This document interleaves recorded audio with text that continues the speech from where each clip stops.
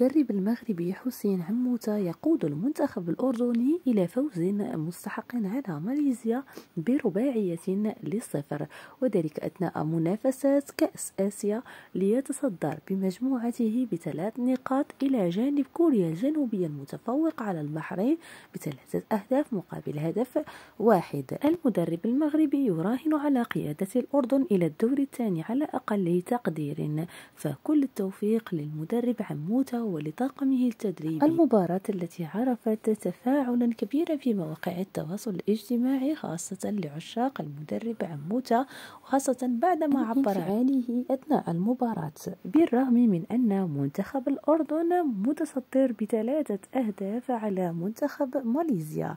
اللقطة التي تفاعل معها الجمهور بشكل كبير في مواقع التواصل الاجتماعي.